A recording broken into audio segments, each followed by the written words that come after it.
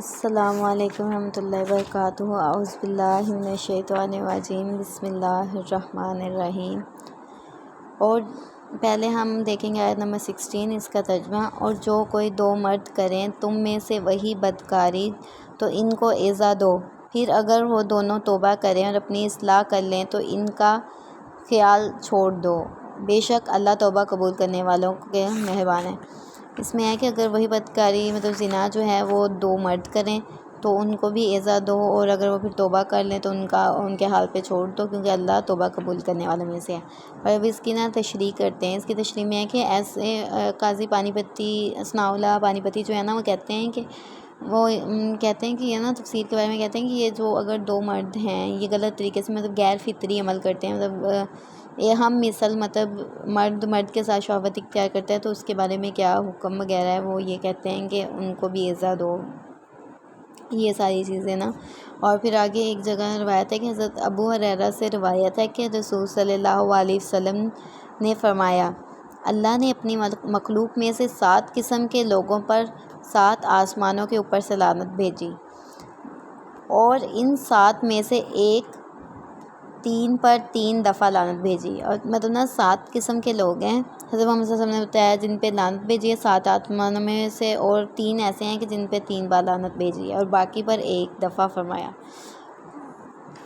اور پھر آگے ہے کہ مالون وہی لوگ، مالون ہو وہ شخص جو شخص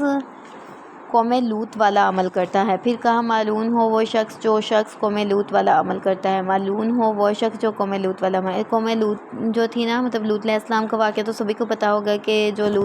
حضرت لوط تھے ان کی جو قوم تھی وہ بھی ایسا ہی کرتی تھی، مرد جو تھے وہ مرد سے زنا کرتے تھے، تو یہاں پہ بھی ان پہ لعنت بھیجی ہے کہ جو ان جیسا عمل کرے گا وہ ان پر لعنت ہو۔ پھر ایک اور روایت میں ہے کہ حضرت ابو ہریرہ سے روایت ہے کہ رسول صلی اللہ علیہ وسلم نے فرمایا کہ 4 آدمی صبح کے وقت اللہ عز و جل کے غضب میں ہوں گے۔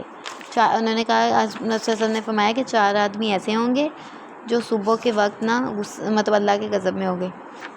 شام کو بھی اللہ عز و جل ان سے ناراض ہوں گے، اور شام کو بھی اللہ ان سے ناراض ہوں گے۔ میں نے پوچھا حضرت ابو ہریرہ نے پوچھا کہ وہ کون لوگ ہیں؟ آپ نے فرمایا وہ مرد جو عورتوں کی طرح بنتے ہیں، جو عورتوں کی طرح بنتے ہیں انہی کا ذکر کیا ہوا ہے، اور وہ عورتیں جو مردوں کی طرح بنتی ہیں، یہ بھی اس میں یہ بیان کیا ہے کہ نہ مردوں کو عورتوں کی طرح بننا چاہیے نہ ہی عورتوں کو بنتے، اور وہ شخص جو پائے کے ساتھ غیر فطری عمل کرے، یعنی کسی جانور کے ساتھ غیر فطری عمل حرکت کرتا ہے، اور وہ آدمی جو مرد سے ظاہر شہوت کرتا ہے، یا پھر مرد کے ساتھ غیر فطری عمل کرتا ہے، ان دونوں کے ساتھ، ان پر جو ہے اللہ تعالیٰ رات کو بھی غضب رکھتا ہے اور شام کو بھی ناراض ہوتا ہے، اور صبح میں بھی غضب ہوتا ہے غصہ ہوتا ہے۔ اور پھر حضرت ابن عباس سے بھی ایک روایت ہے، انہوں نے فرمایا کہ رسول صلی اللہ علیہ وسلم نے ارشاد فرمایا،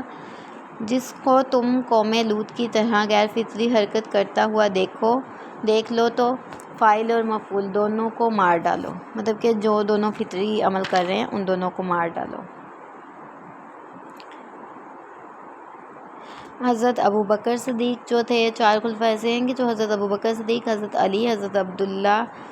بن عزیر، یہ جو تھے یہ خلیفہ جو تھے ہمارے، یہ اور چوتھا ہے ہشام بن عبد الملک، اپنے زمانے میں غیر فطری عمل کسی کو کرتے دیکھتے تھے تو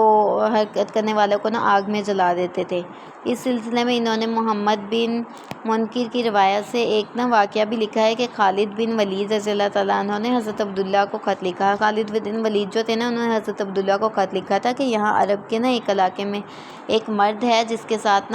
عورتوں والا کام کیا جاتا ہے، انہوں نے خط لکھا تھا۔ پھر حضرت عبداللہ نے اس سلسلے میں صحابہ کو جمع کیا، اور ان میں سے حضرت علی بھی تشریف لائے، اور حضرت علی جو تھے رضی اللہ تعالیٰ عنہ نے فرمایا کہ یہ ایک ایسا گناہ ہے جس کا ارتکاب سوائے ایک قوم کے کسی نے نہیں کیا تھا، اور اللہ عز و جل نے اس قوم کے ساتھ جو معاملہ کیا تھا وہ آپ سب کو پتہ ہی ہے کہ ان پہ بستی الٹ دی گئی تھی حضرت لوط کی قوم پر، انہی کا واقعہ ہے تو انہی کے بارے میں یہاں پہ بھی کہا گیا۔ اور میری کہ پھر انہوں نے بس اتنا کہا کہ ان کا قوم کا حال تو آپ لوگ جانتے ہیں، اور میری رائے میں انہوں نے کہا کہ اسے آگ میں جلا دینا چاہیے۔ دوسرے صحابہ نے بھی اس پر اتفاق کیا، حضرت ابوبکر صدیق نے آگ جلانے کا حکم دے دیا، اور حضرت ابوبکر صدیق نے جب آگ جلانے کا حکم دیا اور پھر انہیں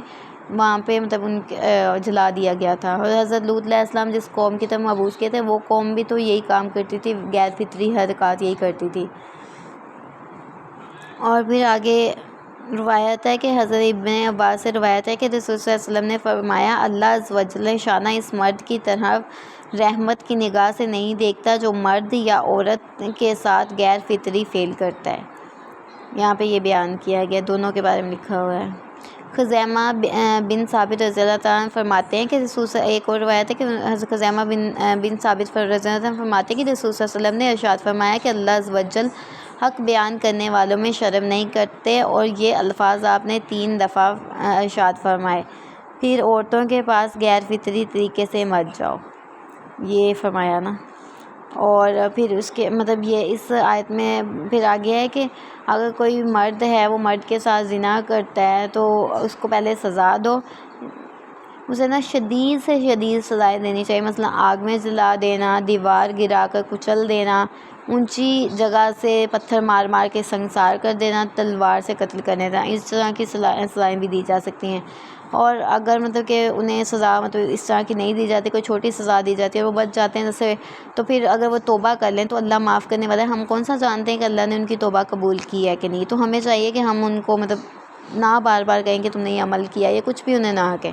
اور یہاں پہ یہ آیت ختم ہوتی ہے, اور انشاءاللہ اگلی آیت کے ساتھ ہم ملیں گے. اللہ حافظ.